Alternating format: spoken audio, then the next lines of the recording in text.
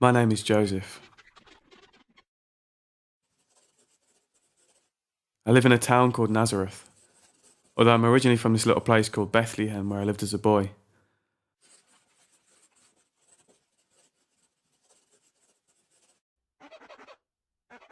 I'm a carpenter. That's my trade. And up until a few months ago, my tools and the wood I crafted were the only things that my life revolved around. Sure, I said my prayers every night like every good Jewish man does, but practically, God didn't play a huge part in my life. But like I said, all that changed when I was encouraged to settle down and find a wife.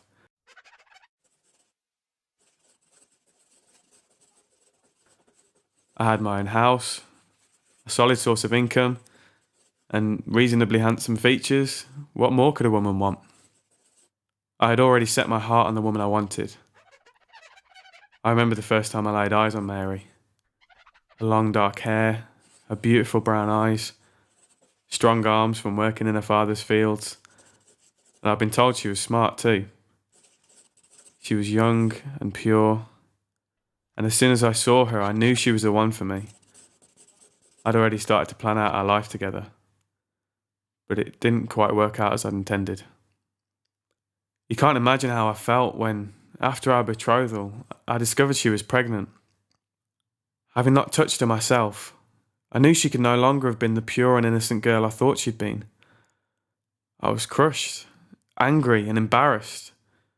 I couldn't afford the ridicule of marrying her and having to raise another man's child. But as bitter as I was, I couldn't condemn Mary to being stoned to death for her adulterous actions. I planned to end our engagement quietly and not make a fuss of it. The night after I made this decision, I had a dream. Now, I'm not a man who believes in superstition or unearthly things, but I'd never had a dream like this in my life. Anyone would think I drank too much wine the evening before, but I swear to you this dream was more vivid and real than life itself.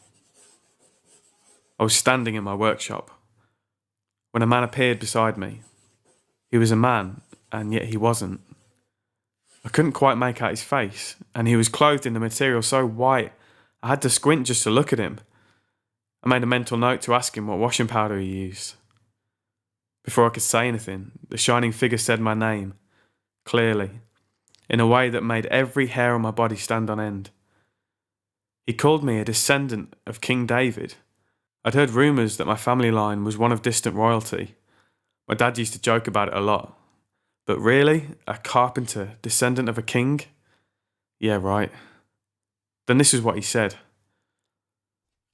Don't be afraid to marry Mary, Joseph.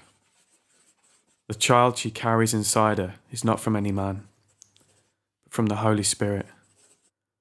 She will soon give birth to a son, and you will name him Jesus, because he will save the people in this world from their sins. Well, I woke in the morning, covered in a cold sweat and right on the verge of freaking out. I decided to go ahead and marry Mary.